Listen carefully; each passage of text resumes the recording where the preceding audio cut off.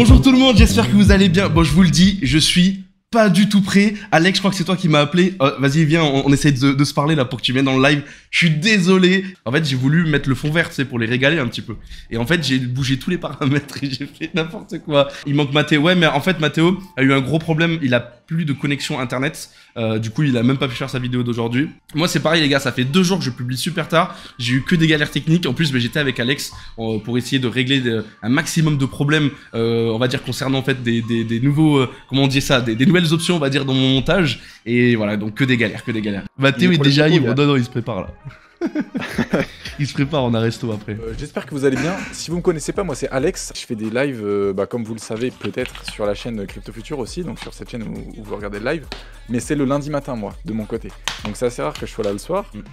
Et je suis aussi monteur de Crypto Future du coup pour les vidéos. Bon, alors qu'est-ce que tu veux parler un petit peu ce soir? T'as envie de parler de quelque chose précisément ou pas, Alex? Ou t'as juste envie de papoter avec moi? Moi je suis un peu loin des marchés en ce moment, hein, comme je t'ai dit tout à l'heure en vocal.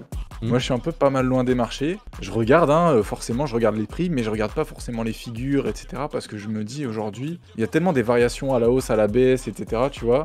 Et moi je suis pas un trader, que je reste un peu loin des marchés, je regarde tranquillement. Si ça monte, j'essaye de voir à quel moment je peux prendre des profits, etc. Même si j'ai déjà une stratégie qui a été faite. Et puis si ça redescend, soit je rachète un peu, soit je me... Voilà, mais en soi, aujourd'hui, mon rythme de vie, pendant presque 6 mois, 1 an, je dirais, depuis début 2021, c'était vraiment rythmé par le Bitcoin. Genre si le Bitcoin faisait un mauvais jour, j'étais ronchon. S'il faisait un bon jour, j'étais heureux, tu vois. Aujourd'hui, je m'en bats les couilles. Là, niveau sentiment, donc là, c'est pas pour te mouiller, mais je vais te poser une question. Pour toi, où est-ce qu'on se situe? Est-ce qu'on se situe dans un moment en fait où on est complètement, les gens sont complètement désintéressés du marché et on va aller aux enfers, tu vois, en dessous des 30 000 $, 20, 25 000 $. Je sais que tu fais pas d'analyse technique, je te parle vraiment de sentiment. Est-ce que tu penses qu'on est dans un niveau où en fait tout le monde s'en fout, mais on va pas descendre? Tu sais, on est juste en latéralisation et on attend d'avoir des grosses news pour pouvoir remonter ou redescendre. Ou est-ce que tu penses qu'on est reparti en bull run? Ou en début de bull run en tout cas? Franchement, moi j'utilise même plus les termes de bull run et de bear market parce que pour moi ça a pas vraiment de sens en fait, tu vois. Genre bull run en mode euphorique de fou et tout. Non, par contre bull run en mode marché haussier, oui, pourquoi pas. Je pense qu'on est potentiellement reparti dans un marché haussier, mais je sens que c'est encore fébrile, tu vois. C'est pas comme en 2021 où c'était un peu en mode tout le monde, dès qu'il y avait un mec qui arrivait, direct il investissait et ça faisait que monter tout le temps. Là je pense qu'on est encore un peu fébrile et qu'on est dans une grosse phase de consolidation en fait. Genre moi si le BTC monte à 50 000 ça m'étonnerait pas et qu'il redescende à 34 000 ça m'étonnerait pas non plus en fait. Tu vois, je m'attends à tout et je me dis qu'on est soit dans une phase de consolidation, soit on peut repartir en tendance haussière. Alors tu vois là ce que tu viens de dire c'est un petit peu le sentiment de marché aujourd'hui. En tout cas, moi, c'est ce que j'arrive à sonder, on va dire, avec ma commu, la communauté des autres, Twitter, etc. C'est vrai qu'en fait, on est quand même pas mal entre 2 eaux. En fait, c'est vrai que là, aujourd'hui, comme je l'ai expliqué aussi dans la vidéo, on est juste en dessous, en fait, donc là, je vais directement l'illustrer. On est juste en dessous de cette mèche. Et en fait, cette mèche, pour quelqu'un qui arrive dans les cryptos et qui ne connaît rien à l'analyse technique, il se dit, bon, ok, il sait pas trop ce que c'est, tu vois. Il sait que, bon, peut-être c'est un niveau, bon, ça veut dire quelque chose. En fait, c'est très simple.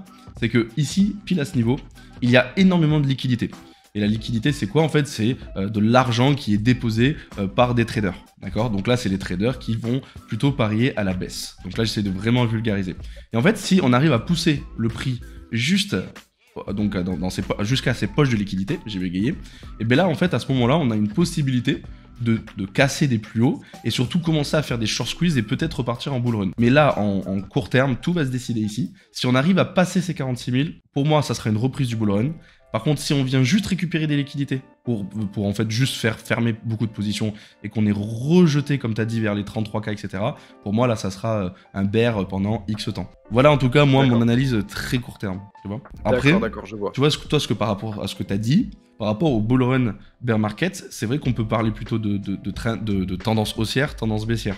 C'est vrai qu'on se mouille moins, on va dire, tu vois. Il y a de plus en plus de gens qui sont formés sur le marché, de plus en plus de gens investissent de manière intelligente et ils commencent à reconnaître. C'est-à-dire qu'en gros, aujourd'hui, je pense qu'il va falloir vraiment soit avoir une bonne news, soit avoir vraiment un entrain de fou pour amener une grosse euphorie, en fait, pour faire des pumps tout le temps. Aujourd'hui, il y a beaucoup de gens qui regardent comme toi l'order flow, il y en a beaucoup qui regardent des youtubeurs qui font des analyses et tout, ils sont de plus en plus formés, et donc ils savent de plus en plus dans quelle tendance on est, et ils investissent de plus en plus plus intelligemment.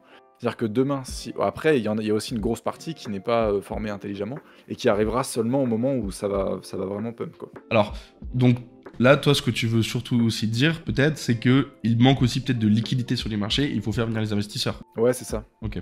Ouais, je pense que c'est ça. Ouais. Moi, je trouve que c'est une bonne analyse. Pourquoi? Parce que c'est vrai que on peut pas partir on va dire, en climax run, en grosse explosion, en faisant voilà des grosses bougies comme là, tu peux le voir. Hein, parce que là, on est en weekly, donc une bougie est égale une semaine. Voilà. En fait, là, ce qui se passe, c'est que pour faire partir, on va dire, une tendance haussière, on a tout le temps en fait des validations. Donc, comme je l'ai expliqué, là, c'est là la validation. Mais comme tu l'as dit, donc là, je vais parler plus technique. Je vais essayer de retranscrire ce que tu as dit. Si on vient pas casser fortement ici avec une vraie en fait session haussière, des vraies bougies haussières avec du vrai volume, ben en fait malheureusement on n'aura pas assez d'essence on va dire pour pouvoir continuer la tendance, j'allais dire bull run, la tendance haussière et on repartira dans les bas-fonds. Mais par contre là on va parler un peu plus pas de psychologie mais de manipulation. En fait il suffit que les médias commencent à parler de Bitcoin, et que les exchanges commencent à payer des influenceurs, commencent voilà, à envoyer du paquet. Moi je pense que ça va venir naturellement. Tu vois en 2021 on n'a pas forcé la marche. Il n'y avait pas forcément des news de fou, tu vois. Elon était même pas encore, enfin si Elon est arrivé début 2021 mais je veux dire, j'ai l'impression que la tendance a commencé quand même avant, tu vois, genre début décembre ou même début octobre 2020. Ah, toi, tu penses qu'on est plus dans ici, là? Et donc, je me dis que ça va arriver peut-être naturellement, tu vois. Non, je sais pas dans quelle phase on est, mais je veux dire, je pense qu'en fait, ça va arriver naturellement et qu'à un moment, peut-être à l'ATH, peut-être quand on va arriver vers les 80 000, je sais pas, il y a moyen que là, il y ait du monde qui arrive. Mais je pense qu'aujourd'hui, en fait, pour remonter à l'ATH, il va falloir qu'on soit... Enfin, ça va être les mêmes personnes qui sont là aujourd'hui, ça sera les mêmes qui vont investir sur le marché pour nous faire remonter à l'ATH. Ah, ouais, mais c'est logique, hein. Tu vois. Ouais, ça, c'est logique. Ça, on va y aller. Moi, je pense qu'on va y aller tranquillement. Après, moi, du coup, voilà, comme vous le savez la plupart, moi, je viens pas des cryptos, ça fait que 2 ans que je suis dans les cryptos. Bon, c'est déjà pas mal, 2 ans. Et en fait, avant, j'étais dans les marchés tradis. Donc, en fait, là, ce que toi, tu viens de dire, si je le fais en analyse technique, donc je comprends toi ce que tu voulais dire, on peut y aller tranquillement, il faut juste faire venir les investisseurs. Moi en tant qu'analyste, ce que je vois, c'est qu'en fait ici donc on a un W qui est presque validé, et en fait c'est juste que le marché est pratiquement on va dire prêt à envoyer les billes pour pouvoir les casser de nouveau au plus haut. Et c'est après, quand on vient faire de nouveau plus haut, que tous les téléphones commencent à sonner avec un article de machin, un tel, voilà, il y a le Bitcoin a pris 10 000 $ en quelques jours. Et c'est que à ces niveaux-là, et c'est là où après ta deuxième explication au 80K où je suis 100% d'accord avec toi, et bravo Alex, c'est à ce moment-là que les tout petits retail qui connaissent rien en crypto vont arriver et se faire éclater. Il faut se dire aussi qu'il y a aujourd'hui en France en tout cas 8% des gens qui ont investi dans les cryptos, donc 8% des Français, 1 Français sur 10 presque, est dans les cryptos. Mais ça veut dire qu'il y a quand même 9 Français sur 10 qui le sont pas, tu vois. Donc même si c'est pas les retail ou quoi, il y a une grosse partie encore des gens qui sont pas rentrés sur le marché, tu vois. Non, je suis d'accord. Mais par contre après, moi alors autre chose, bon, attention de la manière que je le dis, il faut pas mal le prendre. Mais en fait, il y a, Mathieu la semaine dernière disait que dans le live, il y avait une grande majorité de personnes qui connaissent déjà bien les cryptos ou on va dire l'investissement. Tu sais, alors on dit qu'il y a 95% de perdants, 5% de gagnants. Pour moi aujourd'hui, le ratio, il est encore à 80%, tu vois, 75% de perdants et le reste de gagnants, tu vois. Vraiment, hein. Je te parle pas de là, dans les cryptos, je te parle de vraiment côté investissement, tu vois. Et on peut en parler en plus directement, tu vois, avec les viewers dans le chat, hein, tu vas rapidement le voir, tu vois. Donc en fait, c'est pas parce que les gens connaissent qu'ils vont réussir à investir intelligemment et réussir à faire pousser les cours assez fort. Ces 8% sont formés sont formés. Ils ont investi sur le marché, mais ça veut pas dire qu'ils sont formés, qu'ils sont prêts à tout, tu vois. Je trouve il y a des mecs qui ont acheté 10 balles de Bitcoin, tu vois, juste pour dire ouais j'ai du Bitcoin, mais c'est tout quoi. Ouais, exactement. Et peut-être qu'il y a des mecs qui ont investi, qui sont à fond formés dedans et tout, et qui vont pas céder à leurs émotions, tu vois. Ah mais ouais, je suis d'accord, vraiment. Est-ce que c'est vraiment... Alors, tu vois, parce que je t'ai laissé poser la question, mais là je vais parler en tant que pas investisseur, on va dire investisseur, trader, analyste, on va dire ce côté-là, un peu plus pro. Dire, est-ce que c'est vraiment utile d'aller vraiment chercher les détails, tu vois, genre dans vraiment le fonctionnement... on va dire ultime du Bitcoin, mais est-ce que ça c'est pas juste utile de savoir, on va dire, je veux dire la base, par exemple dire bon voilà le Bitcoin sert on va dire contre l'inflation, le Bitcoin va servir pour pouvoir payer contre des services, payer contre tu vois d'autres monnaies etc. Tu vois, est-ce que c'est pas la seule chose à savoir, tu vois. Moi, je pense pas. Je pense que c'est important de comprendre le fonctionnement d'une crypto-monnaie, en fait. Faut comprendre le fonctionnement de Bitcoin pour comprendre le fonctionnement d'une Hmm. crypto-monnaie.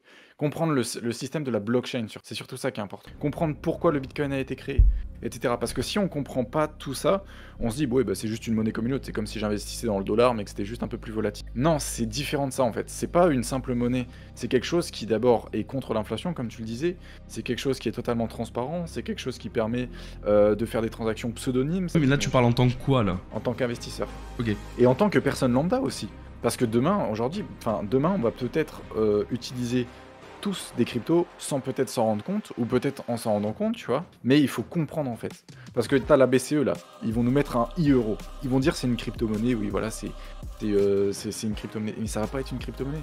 Ça va pas être une crypto-monnaie comme on l'entend aujourd'hui avec Bitcoin ou Ethereum. Ça va pas être du tout décentralisé. Il va y avoir de l'inflation à gogo dessus. Ça va être totalement différent de ce qu'on connaît aujourd'hui. Et si les gens n'arrivent pas à comprendre ce que c'est réellement une crypto-monnaie décentralisée, ils vont suivre la BCE et ils vont avoir confiance en la BCE, alors que le but c'est justement de ne pas avoir confiance en des entités comme ça, mais plutôt avoir confiance en des algorithmes et des trucs qui ont été codés, quoi. Est-ce que nos euros à nous, dans notre compte en banque, déjà c'est pas un petit peu, alors on peut pas dire une crypto-monnaie, mais, alors là je vais parler, j'essaie de faire attention à ce que je dis, mais est-ce que ça serait pas déjà un genre de stablecoin, tu vois, numérique? Tu vois, moi c'est ce que je me suis toujours dit parce que moi j'ai tout le temps été du coup dans la finance et tout ça, mais je veux dire tout le temps, ça fait un petit moment.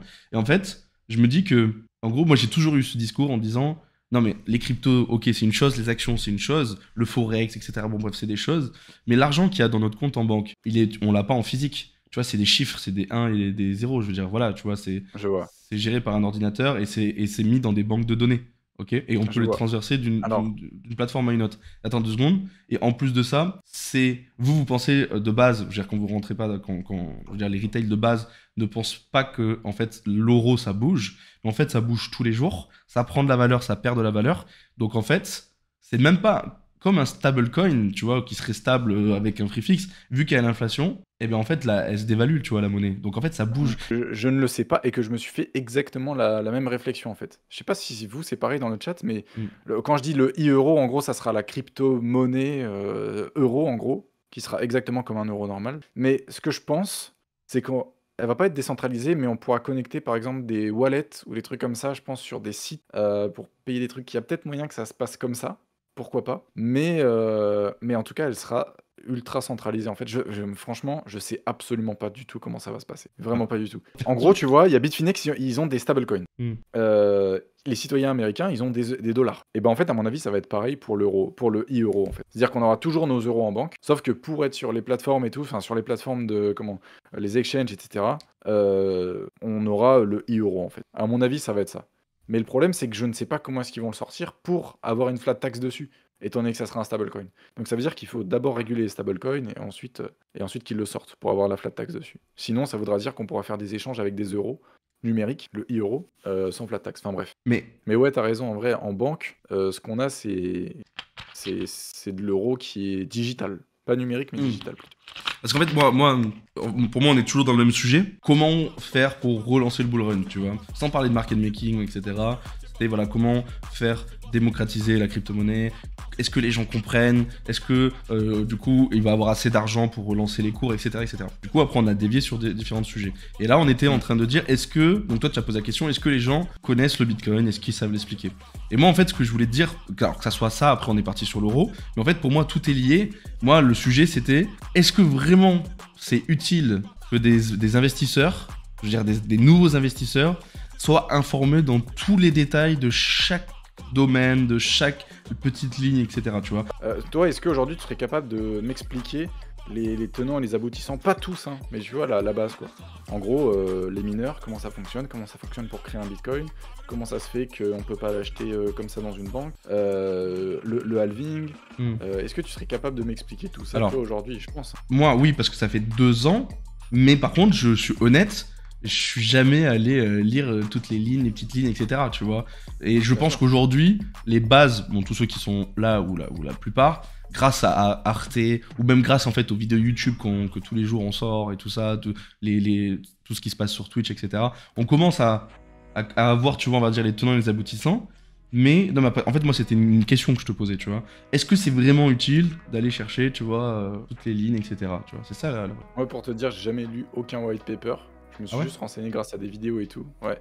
Et en fait, juste le fait que je comprenne le fonctionnement de la blockchain, le fonctionnement d'un wallet, le fonctionnement de la décentralisation. Parce que je pense que beaucoup dans le chat pensent comprendre, mais au final ne l'ont pas. Et je pense que je pense comprendre des choses, mais que je ne les ai pas. Moi, je te dis juste, vraiment, pour moi, si tu veux investir dans les crypto-monnaies, je parle pas d'un projet, tu vois. Parce que la décentralisation et le fonctionnement d'une crypto-monnaie, c'est indépendant du projet. Et ben, moi, je pense que c'est important de comprendre comment fonctionne le Bitcoin, les halvings, les mineurs, etc.